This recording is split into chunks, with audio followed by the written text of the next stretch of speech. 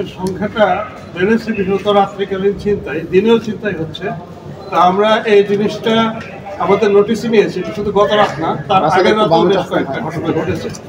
তো আমরা এইটা প্রেডিক্ট করতে পেরে আমরা আসলে শনিবারের সকালে আমরা বিশেষ একটা ব্যবস্থা নেওয়ার জন্য সিদ্ধান্ত নিয়েছি।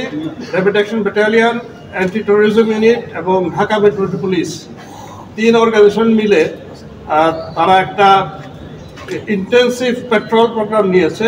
আজকের থেকে এটা বাস্তবায়িত হবে আশা করি। আমরা দেখি এইভাবে উন্নতি হয় কিনা, না হয় আমাদের অন্য স্ট্র্যাটেজি নিতে হবে। স্যার, এইসব কাণ্ড বা ছিনতাই কাণ্ডগুলোতে রাজনৈতিক কোনো সমস্যা পাওয়া যাচ্ছে কিনা, আছে কিনা, এটা আমরা তদন্তে বোঝা যাবে। আমরা গতকালও র্যাব একজন ছিনতাইকারীকে ধরেছে, সেটা সরাসরি ছিনতাই করার সময় নয়, কিন্তু সংবাদের ভিত্তিতে তার আস্তানায় গিয়ে তার কাছে এই চাপাতি, ছুরি এগুলো পাওয়া গেছে এবং 6 লক্ষ টাকা বান্ডেল করা। এর নামটা মনে হয় টুন্ডাবাবু, এরকম, আমি ঠিক ভুলে গেলাম।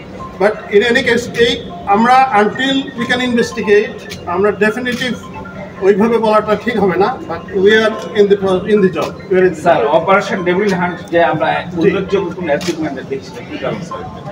ডেভিল হান্টটাও আসলে সন্ত্রাস, যারা সন্ত্রাস করে, সমাজ বিরোধী যারা, তাদের বিরুদ্ধেই আমরা শুরু করেছিলাম বেশ কয়েকদিন আগে।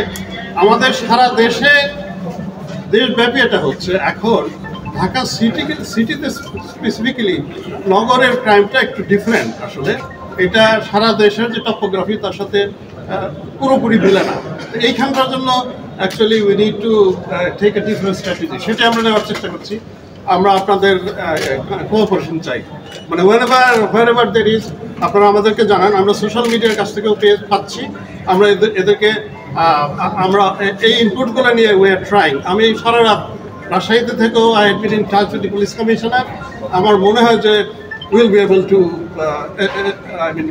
Reduce the fear. Sir, devil হান্টে আমরা যৌথ বাহিনীকে শুনেছি, কিন্তু যৌথ বাহিনীর কখনো টহল বা কার্যক্রম একত্রে আসলে দেখিনি।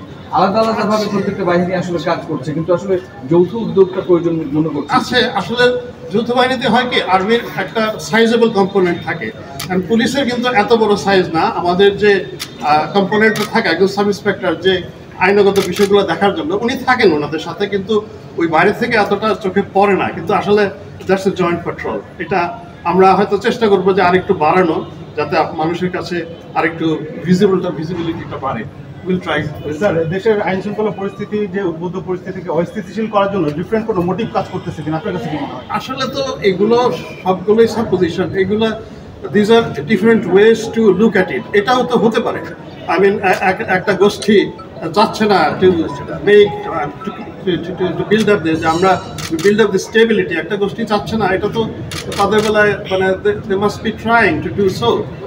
এটা তো খুব স্বাভাবিক, এবং সেটা পেছনে রাজনৈতিক উদ্দেশ্য থাকতে পারে। আবার এমনিতে জাস্ট ক্রিমিনালস, যে এই সময়ে তারা হয়তো মনে করছে যে আমরা হিউম্যান রাইটসের সমস্ত অ্যাসপেক্টগুলো আমরা মেনে চলবো। তার মানে আগে যে তাদের একটা আতঙ্ক ছিল, হয়তো বা তারা ওইরকম চেষ্টা করছে যে এখন তো আমাদেরকে অ্যাটলিস্ট তারা ধরে আদালতে চালান দিয়ে দিবে, কিন্তু এর চাইতে বেশি কিছু করবে না।